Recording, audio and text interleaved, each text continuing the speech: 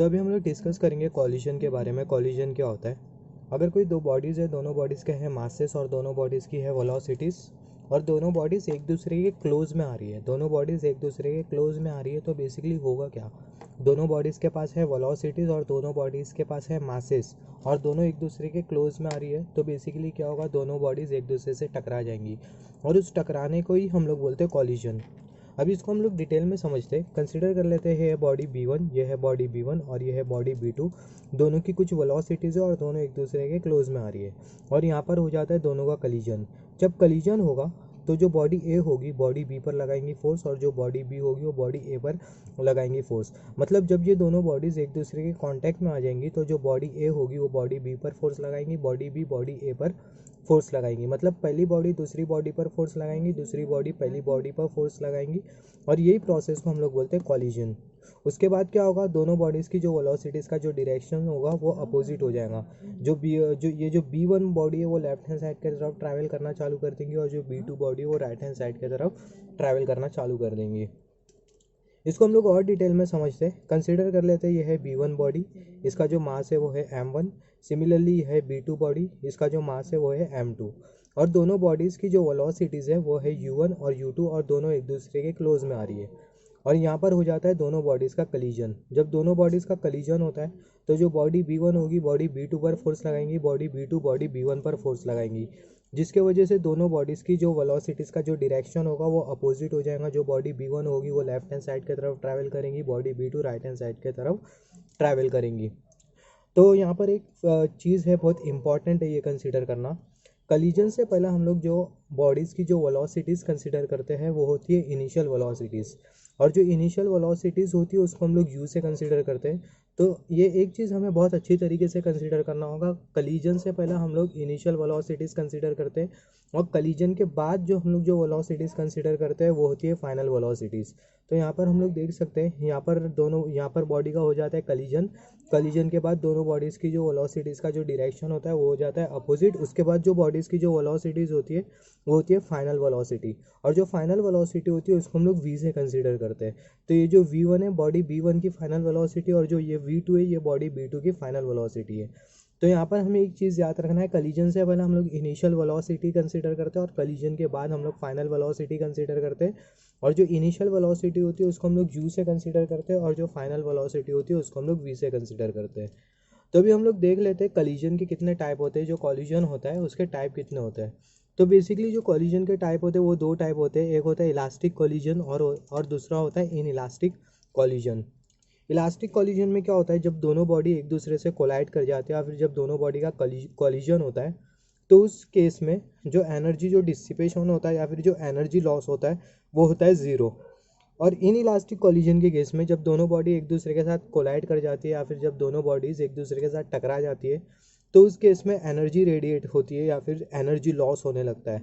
मतलब elastic collision में कोई एनर्जी मतलब डिसिपेट नहीं होती है कॉलिजन के टाइम, और इन इलास्टिक कॉलिजन के केस में एनर्जी डिसिपेशन होने लगता है, एनर्जी लॉस होने लगता है। मगर दोनों केसेस में, इलास्टिक कोलिजन और इन इलास्टिक कोलिजन, दोनों केसेस में जो मोमेंटम होता है वो कंजर्व होता है। जैसे कि हम लोग देख सकते हैं जो मोमेंटम होता है वो कंजर्व होता है। अब ये मोमेंटम क्या है? मोमेंटम के बारे में हम लोग आगे डिस्कस करने वाले। जो मोमेंटम होता है वो होता है rate of change of force. तो जो दोनों जो कॉलिजन है, दोनों कॉलिजन में, इलास्टिक कॉलिजन और इन इलास्टिक कॉलिजन में जो मोमेंटम होता है वो कंजर्व होता है। तो अगर हम लोग काइनेटिक एनर्जी की बात करें, अगर बॉडीज़ में है वेलोसिटी, यहाँ पे हम लोग स्पेसिफिकली जितनी भी जो एनर्जीज जो कंसिडर करने वाले वो होने वाली है काइनेटिक एनर्जी। तो अगर हम लोग इलास्टिक कोलिजन कंसिडर करें, इलास्टिक कोलिजन में जो एनर्जी लॉस होता है वो होता है ज़ीरो। तो जो काइनेटिक एनर्जी होती है इलास्टिक कोलिजन के केस में वो कंजर्व होती है, क्योंकि जब कलीजन होगा और कलीजन के टाइम अगर एनर्जी डिसिपेशन अगर ज़ीरो होता है, तो कलीजन से पहले जितनी एनर्जी होगी कलीजन के बाद भी उतनी एनर्जी होगी, जिसके वजह से जो टोटल एनर्जी होगी वो होगी कंजर्व। तो हम लोग कंसिडर कर लेते हैं, अगेन एक एग्जांपल कंसिडर कर लेते हैं। अगर कोई दो बॉडीज़ है और दोनों बॉडीज़ का है मासेस, और दोनों बॉडीज़ की है कुछ वेलोसिटीज़, और यहाँ पर हो जाता है दोनों बॉडी का कलीजन। तो यहाँ पे बेसिकली यहाँ पे जनरेट हो रही है, यहाँ पे एनर्जी डिसिपेट हो रही है या फिर एनर्जी लॉस हो रहा है यहाँ पर। तो इस केस में जो काइनेटिक एनर्जी होगी वो कंजर्व नहीं रहने वाली है, क्योंकि यहाँ पर एनर्जी का लॉस हो गया है यहाँ पर। सिमिलरली अगर हम ये एग्जांपल कंसिडर करें, ये वाले एग्जांपल में इलास्टिक कलीजन का केस है ये। यहाँ पर अगर हम लोग देखें, यहाँ पर कोई एनर्जी लॉस नहीं हो रहा है। सिमिलरली अगर हम ये एग्जांपल कंसिडर कर लेते हैं, यह है इलास्टिक कलीजन और यह है इन इलास्टिक कलीजन। तो अगर हम लोग इलास्टिक कलीजन कंसिडर करें तो इलास्टिक कलीजन में एनर्जी लॉस जीरो होता है, मगर इन इलास्टिक कलीजन में जो एनर्जी लॉस होता है वो जीरो नहीं होता है, क्योंकि एनर्जी का डिसिपेशन होता है।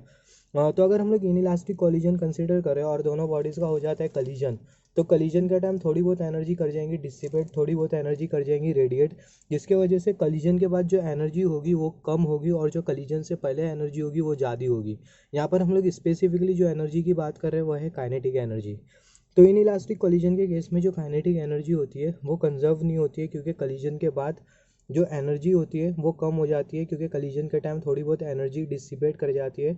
और जो कलीजन से पहले इन इलास्टिक कॉलिजन के केस में कलीजन से पहले जो एनर्जी का जो मैग्नीट्यूड होता है वो होता है ज़्यादा। सिमिलरली अगर हम लोग इलास्टिक कॉलिजन कंसिडर करें तो इलास्टिक कॉलिजन के केस में कोई एनर्जी डिसिपेशन नहीं होता है, कोई एनर्जी रेडिएशन नहीं होता है।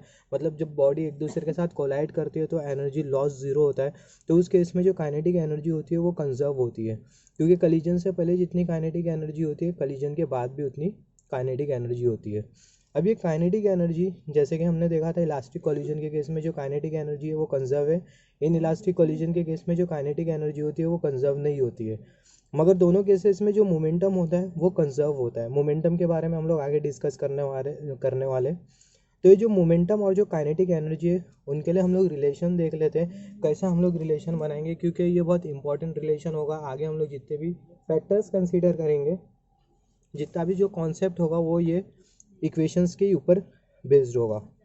तो सबसे पहले हम लोग मोमेंटम के लिए इक्वेशन देख लेते हैं। जो मोमेंटम होता है, मैं इन शॉर्ट मोमेंटम के बारे में बता देता हूँ। जो मोमेंटम होता है वो बेसिकली होता है rate of change of force, और जो मोमेंटम होता है वो बॉडी के मास और वेलोसिटी के ऊपर डिपेंड करता है। मतलब जो मास और जो वेलोसिटी का जो प्रोडक्ट होता है, जैसे कि जो मोमेंटम है, मोमेंटम जो मास और जो वेलोसिटी का जो प्रोडक्ट होता है उसके ऊपर डिपेंड करता है मोमेंटम।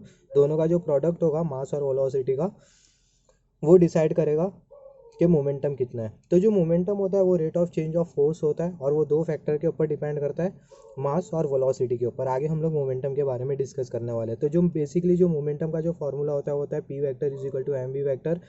और ये है वेक्टर फॉर्म, क्योंकि जो मोमेंटम होता है वो वेक्टर फॉर्म होता है। और अगर हम लोग स्केलर फॉर्म कंसिडर करें मोमेंटम का, तो मोमेंटम का जो स्केलर फॉर्म होता है वो होता है P is equal to M we.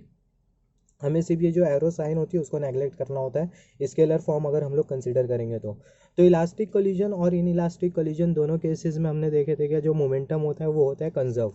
तो मोमेंटम के लिए जो इक्वेशन बनेगा वो बनेगा m1u1 plus m2u2 m1v1 plus m2v2। यहाँ पर जो u1 u2 कलीजन से पहले की वेलोसिटी, v1 v2 कलीजन के बाद की वेलोसिटी, m1 m2 दोनों बॉडी के हैं मासेस।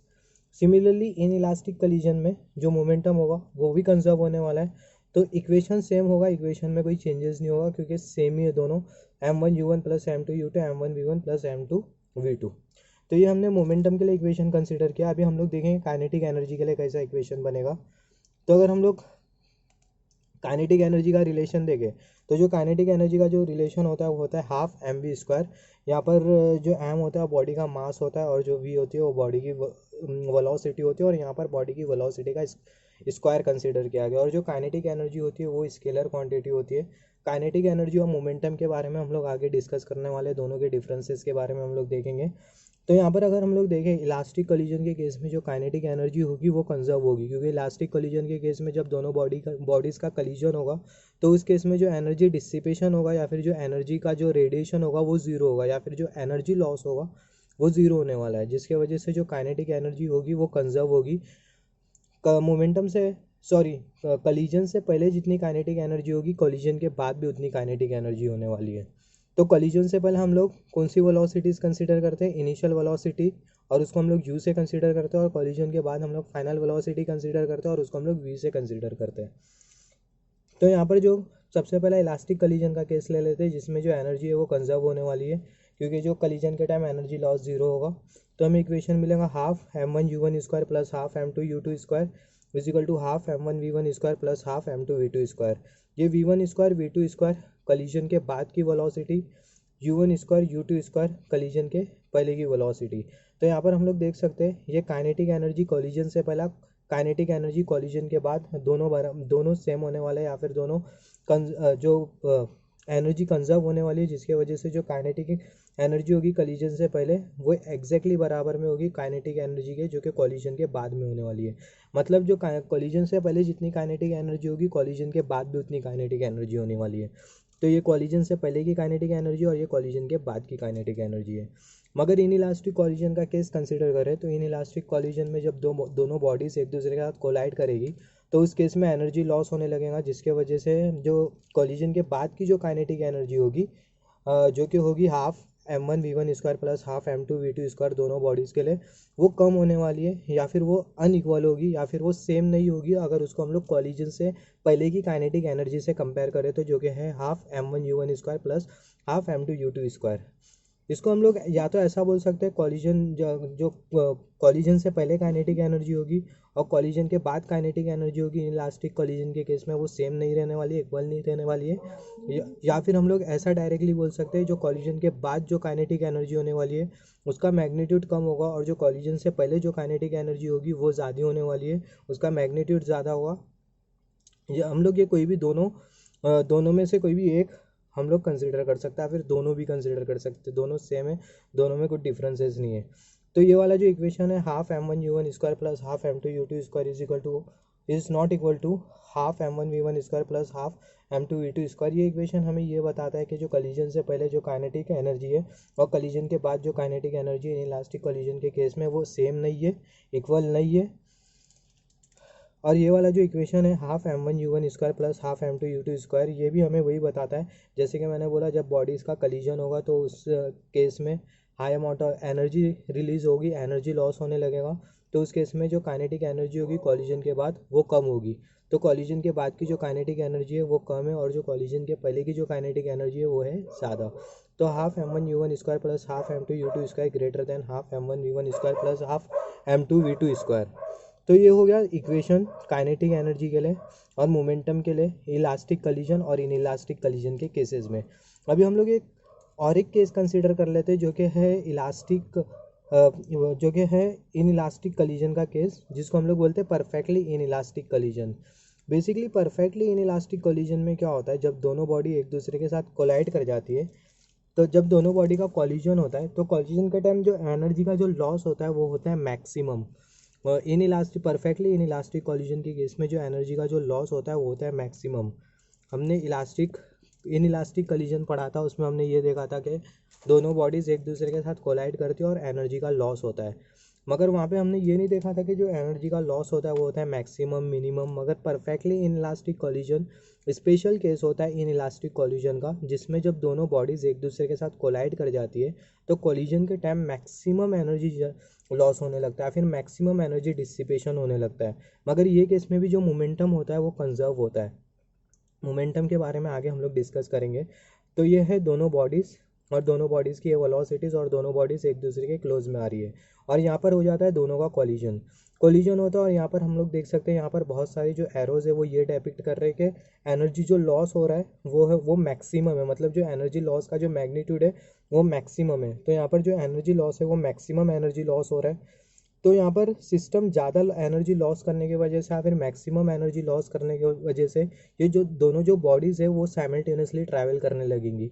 मतलब यहाँ पर दोनों बॉडीज़ आ रही है एक दूसरे के कांटेक्ट में और यहाँ पर हो जा रहा है दोनों बॉडीज़ का कलीजन के टाइम मैक्सिमम एनर्जी लॉस करने की वजह से ये दोनों जो बॉडीज़ है वो साइमल्टेनियसली ट्रैवल करने लगेंगी। System travel together due to the maximum energy dissipation.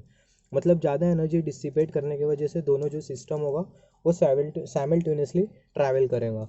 और ये दोनों जो सिस्टम के जो मासेस हो गए m1 और m2 मास, वो एक मास सिस्टम के तौर पर एक्ट करेगा। तो अगर हम लोग कंसीडर करें ये वाली जो बॉडी B1 है और ये वाली बॉडी B2 है, B1 बॉडी B2 बॉडी, यहाँ पर दोनों का हो जाता है कलीजन और दोनों का जो मासेस होगा वो होगा m1 प्लस m2। तो कलीजन के बाद दोनों जो बॉडीज़ होगी वो साइमल्टेनियसली ट्रैवल करेगी, तो जो दोनों जो मासेस होंगे वो वन मास सिस्टम के तौर पर एक्ट करेगा। तो यहाँ पर जो m1 प्लस m2 m के बराबर में हो जाएगा और दोनों की जो वेलोसिटीज़ होगी v1 प्लस v2 उसको हम लोग v कंसीडर कर सकते हैं। यहाँ पे मैंने सेम कंसीडर किया हूँ, दोनों का जो मासेस होगा उसको हम लोग m1 प्लस m2 कंसीडर कर सकते हैं जो कि m के बराबर में होगा और दोनों की जो वेलोसिटीज़ होगी v1 प्लस v2 उसको हम लोग v कंसीडर कर सकते हैं क्योंकि दोनों बॉडीज साइमल्टेनियसली ट्रैवल कर रही है और दोनों बॉडीज़ का जो मासेस होगा वो वन मास सिस्टम के तौर पर एक्ट करेगा। तो इस केस में जो मोमेंटम होगा वो कंजर्व होने वाला है। तो जो मोमेंटम के लिए हमें जो इक्वेशन मिलेगा वो मिलेगा m1u1 प्लस m2u2, दोनों बॉडी साइमल्टेनियसली ट्रैवल करेंगी m1 प्लस m2, फिर उसके बाद डायरेक्टली v दोनों बॉडीज़ की वेलोसिटी, या फिर इसको एक्सटेंड भी हम लोग करके लिख सकते हैं m1 plus m2 v1 plus v2, m1 plus m2 m के बराबर में होगा और हमें मिल जाएगा m is equal to M V. या फिर इसको हम लोग ऐसा भी लिख सकते हैं, मगर हम लोग बेसिकली यही इक्वेशन कंसिडर करने वाले हैं आगे मोमेंटम के लिए m1u1 plus m2u2 m1 plus m2v, ये दोनों जो बॉडीज़ जो कि साइमल्टेनियसली ट्रैवल करेंगी उसकी वेलोसिटी। ये दोनों जो बॉडीज़ है वो कोई भी डायरेक्शन में ट्रैवल कर सकती है, या तो वो लेफ्ट हैंड साइड हो सकता है, राइट हैंड साइड हो सकता है, अपवर्ड डायरेक्शन, डाउनवर्ड डायरेक्शन, कोई भी डायरेक्शन में जो बॉडीज़ है वो ट्रैवल कर सकती है। आगे हम लोग इसके बारे में डिस्कस करने वाले परफेक्टली इनलास्टिक कोलिजन का एक केस हम लोग कंसिडर करेंगे, और दोनों का जो मासेज होगा वो वन मास सिस्टम के तौर पर बिहेव करेगा और दोनों की वेलोसिटीज़ होगी सेम। तो ये था बेसिक परफेक्टली इनलास्टिक कोलिजन के बारे में। तो अभी हम लोग क्विक रिवीजन कर लेते हैं जो भी हमने देखा। तो कोलिजन बेसिकली क्या होता है, कोई भी अगर दोनों बॉडीज़ अगर कोलाइड कर जाती है और एक बॉडी दूसरी बॉडी पर फोर्स लगाती है और दूसरी बॉडी पहली बॉडी पर फोर्स लगाती है, उस प्रोसेस को हम लोग बोलते हैं कोलिजन। कोलिजन दो टाइप के होते हैं, इलास्टिक कोलिजन होता है, इनइलास्टिक कोलिजन होता है। इलास्टिक कोलिजन में एनर्जी लॉस ज़ीरो होता है, इनइलास्टिक कोलिजन में एनर्जी लॉस होता है। दोनों केसेस में इलास्टिक कोलिजन इनइलास्टिक कोलिजन में जो मोमेंटम होता है वो कंजर्व होता है। इलास्टिक कोलिजन के केस में जो काइनेटिक एनर्जी होती है वो कंजर्व होती है, क्योंकि कोलिजन के टाइम कोई एनर्जी लॉस नहीं होता है, मगर इनइलास्टिक कोलिजन के टाइम पर जो काइनेटिक एनर्जी होती है वो कंजर्व नहीं होती है, क्योंकि कोलिजन के टाइम एनर्जी लॉस होता है। तो इलास्टिक कोलिजन के केस में जो मोमेंटम के लिए जो इक्वेशन हमें जो मिलता है वो मिलता है m1u1 plus m2u2 m1v1 plus m2v2। हम लोग कोलिजन से पहला इनिशियल वेलोसिटीज़ कंसीडर करते हैं और कोलिजन के बाद हम लोग बॉडीज़ की फाइनल वेलोसिटीज़ कंसीडर करते हैं। सिमिलरली जो काइनेटिक एनर्जी के लिए हमें जो इक्वेशन मिलेगा, जो काइनेटिक एनर्जी के लिए जो हमें जो रिलेशन मिलेगा इलास्टिक कोलिजन के केस के लिए वो मिलेगा half m1u1 square plus half m2u2 square is equal to half m1v1 square plus half m2v2 square, जो कि हमें ये बताता है कोलिजन के पहले जितनी काइनेटिक एनर्जी होगी कोलिजन के बाद भी उतनी काइनेटिक एनर्जी होगी, क्योंकि कोलिजन के टाइम कोई एनर्जी लॉस नहीं होने वाला है। इन इलास्टिक कोलिजन के केस में जो काइनेटिक एनर्जी के लिए जो रिलेशन होगा वो होगा half m1u1 square plus half m2u2 square is not equal to half m1v1 square plus half m2v2 square, या फिर इसको ऐसा भी लिख सकते हैं half m1u1 square plus half m2u2 square greater than half m1v1 square plus half m2v2 square. Perfectly inelastic collision में हमने ये देखा था कि दोनों बॉडीज़ कोलाइड कर जाती है और एनर्जी लॉस मैक्सिमम होने लगता है और मोमेंटम स्टिल कंजर्व होता है। कोलिजन के बाद दोनों बॉडीज साइमल्टेनियसली ट्रैवल करने लगती है और दोनों बॉडीज़ का जो मासेस है m1 m2 मास वो एक मास सिस्टम के तौर पर एक्ट करता है, और उस केस के लिए हमें जो मोमेंटम के लिए जो इक्वेशन मिलता है वो मिलता है m1u1 plus m2u2 m1 plus m2v। ये कोलिजन से पहले का मोमेंटम है जो कि इनिशियल मोमेंटम, और ये कोलिजन के बाद का मोमेंटम है जो कि है फाइनल मोमेंटम। तो ये था बेसिक कोलिजन के बारे में और उसके टाइप्स के बारे में।